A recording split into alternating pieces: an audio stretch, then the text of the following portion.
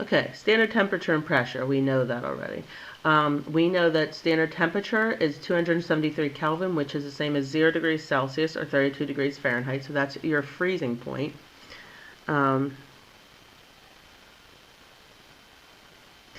Your standard pressure is 1 atmosphere. There are different units for pressure. We're going to try and stick to atmospheres if we can. But don't worry, whatever value that you're given, you can convert within that value. So we won't convert between pressure units. All right, so let's talk about 1 mole of a gas at standard temperature and pressure. So it's going to fill a certain amount of volume. So I don't know, we're going to put 1 mole of H2 in a box. Okay, it's in a box. 1 mole of H2 is in this box. What is the volume? So the way gases act, see, liquids, solids, very different. Gases kind of have their own thing. They, at this certain standard temperature and pressure, they want to spread out and be pushed apart at a certain amount. So that 1 mole of H2 at standard temperature and pressure will take up a volume of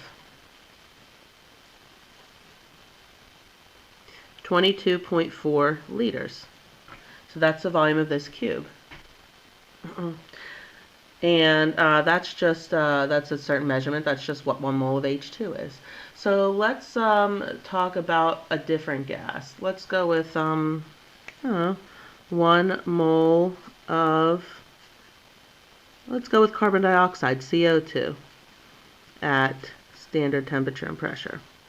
How much space will that take up?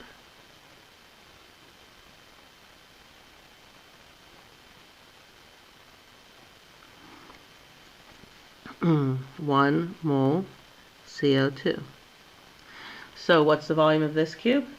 I don't know if you noticed, but I did draw them exactly the same size on purpose.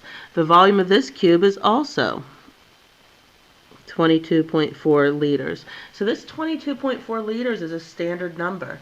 Basically, 1 mole of any gas, when it's at standard temperature and pressure, will always be 22.4 liters.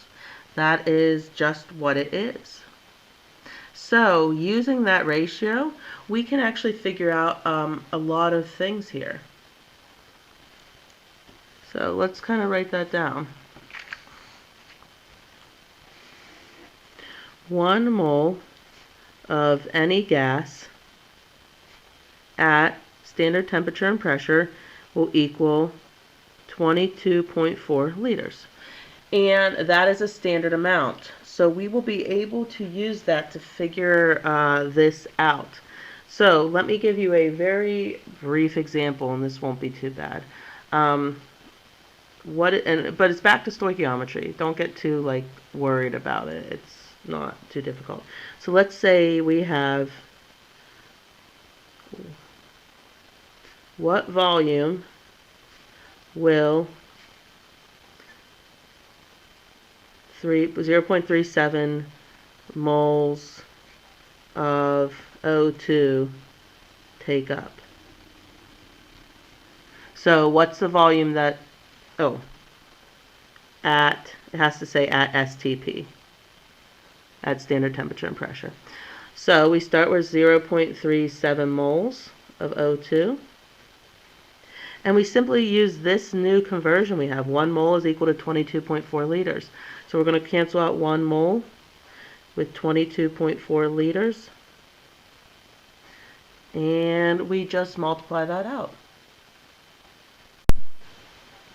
And when we multiply 0.37 times 22.4 divided by 1, we're going to get 8.3 liters.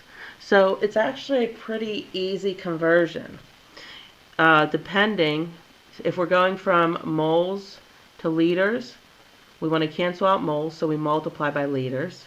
Now what if, how about this? This would be a little bit backwards. How many moles are in a container of, let's go with N2 this time. It really doesn't matter because all the gases are exactly the same. How many moles are in a container of N2 holding 19 liters at standard temperature and pressure? You're going to see that STP a lot. So we're starting with 19 liters. This time we want to cancel out the liters and we want to figure out how many moles. So we're going to put the 22.4 on the bottom and we're going to put the 1 mole on the top. And what that's going to show us, this time we're going to divide 19 and 22.4. So what we get here, I'm typing it in real quick, is 0.85 moles of N2. Okay, so it's a pretty basic conversion. Now we are relying on it staying, oh sorry that's shaking, at standard temperature and pressure. This only works at STP. So I will be giving you values in STP, it's not so bad. When it's not an STP, we have to do the conversions, and that's where it will change a little bit. We'll take a look at that tomorrow. So try the problems on Schoology, they're not too bad. As long as you watch this video, they're not too bad. And that's about it. Thank you.